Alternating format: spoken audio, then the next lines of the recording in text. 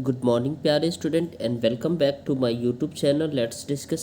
Dear student, जैसा कि screen पर देख रहे हैं, आज हम डिस्कस करने जा रहे हैं क्लास 10th का विषय साइंस होगा, जो कि वर्कशीट नंबर 40C है और ये 11 अक्टूबर 2021 के लिए है। तो चलिए स्टार्ट करते हैं। जैव प्रक्रम।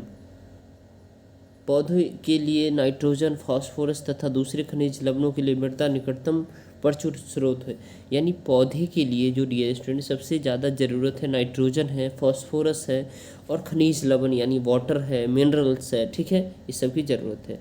इसीलिए इन पदार्थों का अवशोषण जड़ों द्वारा जो मृदा के संपर्क में रहते हैं किया जाता है। यदि मृदा के संपर्क वाले अंग में तथा क्लोरोफिल युक्त अंगों में दूरी बहुत कम है तो ऊर्जा कच्ची सामग्री पदार्थ शरीर के जो सभी भागों में आसानी से विस्तृत हो सकती है। ठीक है, अब देखिए कहने का मतलब ये है, जो पेड़ पौधे किस तरह से अपना भोजन बनाते हैं, उसे क्या क्या ज़रूरत होती है। ठीक है, यदि पादप शरीर की अभिकल्पना में परिवर्तन के कारण यह दूरियां बढ़ जाती है तो पत्तियां में कच्ची सामग्री तथा जड़ों में ऊर्जा उपलब्ध कराने के लिए विसरण प्रक्रम पर्याप्त नहीं होता और ऐसी परिस्थिति में परिवहन यानी जाइलम और फ्लोएम की एक सुदृढ़ प्रणाली आवश्यक हो जाती है। पादप प्रचलन नहीं करते हैं और पादप शरीर का एक बड़ा अनुपात अनेक ऊतकों में मृत कोशिकाओं का होता है।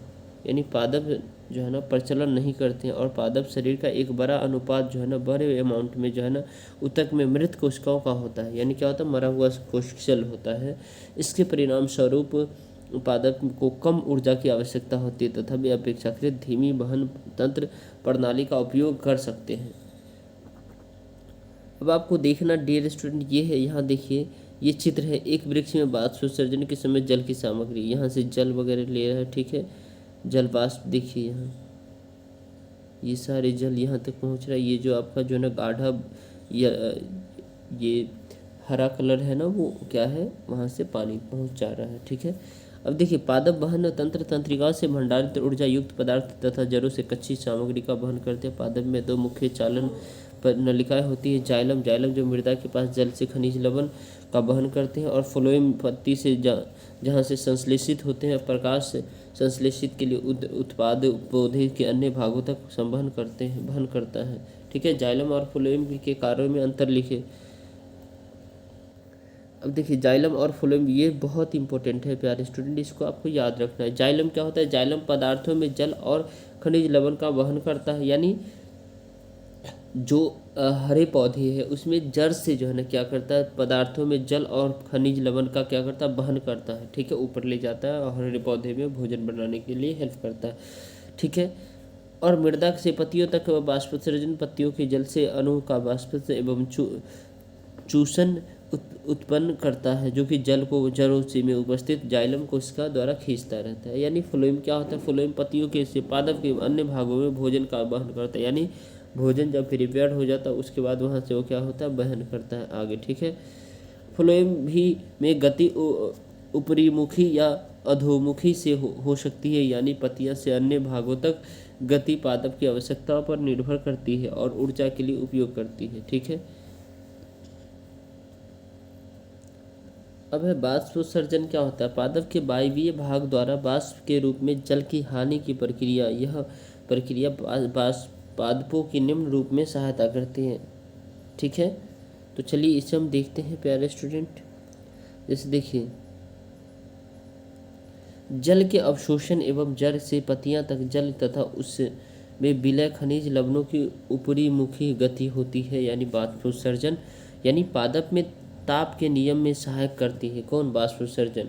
और जल के वहन में मूल दाब रात्रि के समय विशेष रूप से प्रभावित होती है और दिन में जब रंध्र खुले हैं तो बाष्पोत्सर्जन कर्षण जाइलम में जल की गति के लिए मुख्य प्रेरक बल होता है। यानी बाष्पोत्सर्जन में ऊर्जा के उपयोग नहीं होता है। ठीक है, स्थानांतरण क्या होता है, स्थानांतरण क्या होता है डियर स्टूडेंट, यानी पत्तियों खाद्य कारखाना से पादप के अन्य भागों तक भोजन के वहन की प्रक्रिया। स्थानांतरण में ऊर्जा एटीपी के रूप में होता है। यानी स्थानांतरण में ऊर्जा एटीपी, एटीपी का फुल फॉर्म आप याद करेंगे, एडिनोसिन ट्राइफॉस्फेट। ठीक है डियर स्टूडेंट, तो चलिए फिर अब इसमें जो है ना कुछ क्वेश्चन है, इसको हम डिस्कस कर लेते हैं।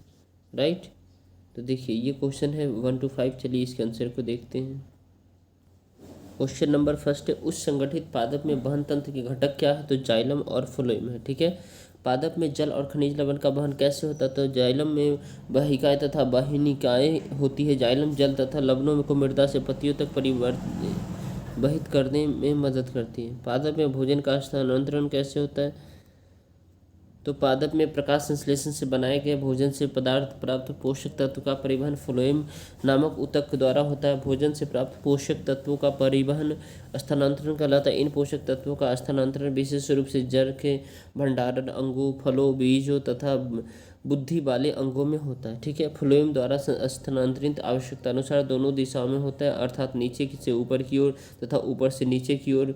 ठीक है, उदाहरण के लिए बसंत में जड़ व तने के ऊतकों में भंडारित शर्करा का स्थानांतरण कलिकाओं में होता है, जिसे हम वृद्धि के लिए ऊर्जा की आवश्यकता होती है। ठीक है, क्वेश्चन नंबर हमारा 4 है, पादप में जाइलम किसके वहन के लिए उत्तरदायी होता है? तो जल तथा खनिज लवण के वहन के लिए उत्तरदायी होता है। ठीक है, जाइलम तथा फ्लोएम में अंतर को लिखना है। तो चलिए डियर स्टूडेंट, जाइलम और फ्लोएम के में अंतर को लिख लेते हैं। जाइलम पदार्थों का वहन, यानी इसमें जल एवं खनिज लवण केवल ऊपरी मुखी दिशा में संवहित होता है। ठीक है, इसमें जल तथा लवण का संबंध दाब तथा वाष्पोत्सर्जन कर्षण द्वारा होता है। जाइलम ऊतक में पदार्थों का परिवहन वाहिनिकाओं तथा वाहिकाओं द्वारा होता है, जो कि मृत ऊतक होता है, मरा हुआ होता है। ठीक है, फ्लोएम द्वारा पदार्थों का वहन, इसमें भोजन अमीनो अम्ल का संवहन दोनों दिशा में ऊपरी मुखी तथा अधोमुखी होता है। ठीक है, इसमें एटीपी का प्रयोग होता है, एडिनोसिन ट्राइफॉस्फेट। फ्लोएम में पदार्थ का परिवहन चालनी नलिका द्वारा संगलन साथी कोशिका की सहायता से होता है, जो जैव कोशिकाएं हैं। ठीक है, अब देखिए इसमें जो है ना डियर स्टूडेंट, ये हमारा 5वां क्वेश्चन था, हो गया।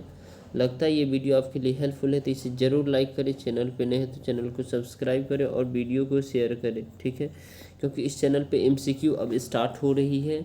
आपकी जो एमसीक्यू है जो है ना 15 तारीख से कम्प्लीटली जो है ना हो जाएगा। ठीक है।